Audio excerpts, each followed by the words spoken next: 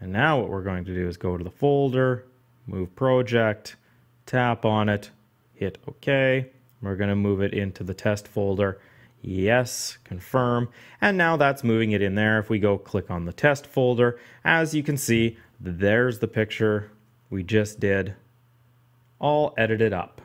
So the next really fun feature I want to show you with Adobe Photoshop Touch is the camera fill one. Now can be really fun. You can do a lot of crazy things with this. But what you want to do is you want to create a new project. So we're going to hit the plus button this time. It's going to give you a canvas width, height. You can change that up. We're just going to hit OK. So now what we want to do is we want to bring in a picture. So let's create another layer here. Let's create a photo layer. So we're going to go into our Photoshop one again. I want this Apple logo. So there we go. We've got our Apple logo. We can size it, of course, if we want. But for this case, we're just going to hit done. So I just want the logo itself. So again, it's the same process as before. We're going to go to the Scribble selection tool. I'm going to zoom in here. We're going to start with the keep. We're going to go around the edges of the Apple logo. We're going to keep this in just like that. And of course, we want that portion as well. Now we're going to go to remove. We're going to go through and we're just going to go outline.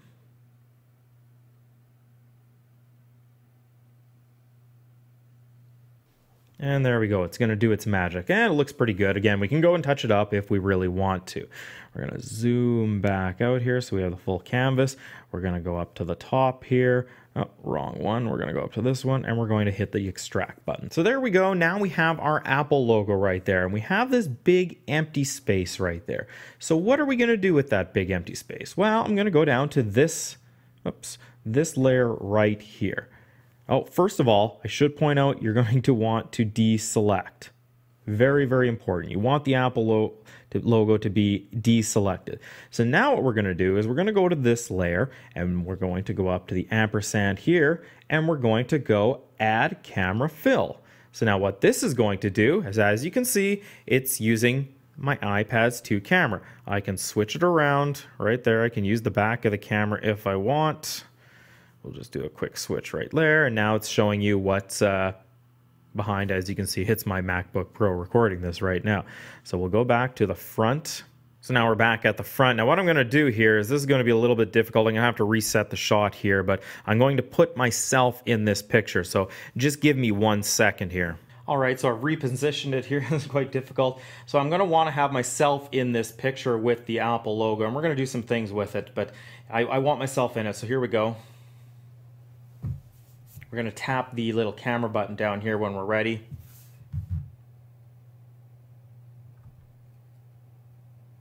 And we can retake it or we can keep it. We're going to keep this one. So now I'm going to reposition the camera here.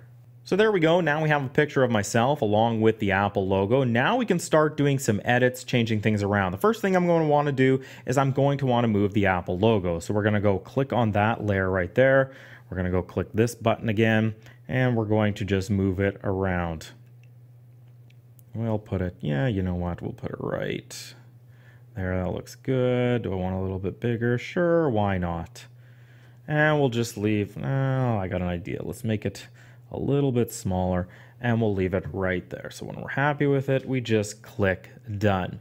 So we're going to add some text to this. We're going to add it onto this layer, the picture of me. So we're going to go up here. We're going to go add text. Now this is some text I've already been using when I've been fooling around with the app. So what you want to do is you go down here to the left-hand side, and there you go. It brings it up, and you can change your text. So I'm going to type in, let's go, thinking different. And we'll put an exclamation mark. Hit done. So there we go. There's our text right there. We can move it around, of course, just like you would in Photoshop. Here we go. We're going to make it smaller so that it fits. I'm going to put it right there. Now here you can change, of course. You've got your different colors. You got all the different colors. Let's see if the blue will actually work out well. Now, you know what? It's kind of harsh. Maybe let's just go back to the white. The white looked really good. We're happy with that. I mean, again, there's all sorts of different changes you can make to the text and such. Okay, we're happy with it. So when you're happy with that, you just click the little button there. And now we can even do some more effects to this. We can go up to the effects button. We can add a glow to that if you'd like, a nice blue glow or red, or again, you can add any different kind of color. Okay, yeah, you know what, I kind of like that. We can go up there. You know, I want a drop shadow. I want to add a little bit more depth to it. Okay, sure, that looks good. So as you can see, this could be a lot of fun to use. There's lots of different applications for this.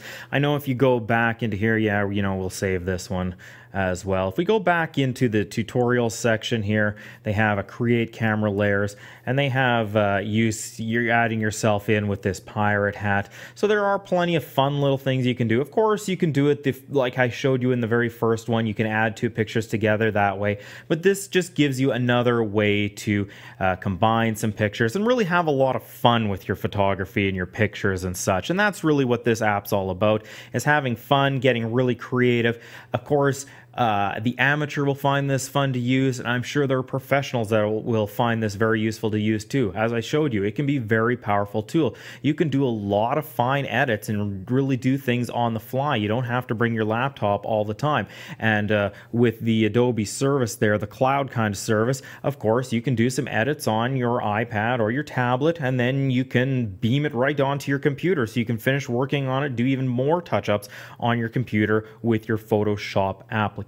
So Adobe Photoshop Touch, I believe, is a really, really powerful photography editing app, and for $10, I mean, you're getting a lot of functionality here. The ability to combine the pictures and refine it, and with the nice edits and such, and even the fill camera, you know, Adobe's really set itself apart with this one, and for $10, I think it's well worth it. And this really goes to show what's capable with the iPad and even other tablets. Adobe Photoshop Touch, well worth it if you're into editing photos and you really just want to have some fun messing around with some pictures and some different cool ideas.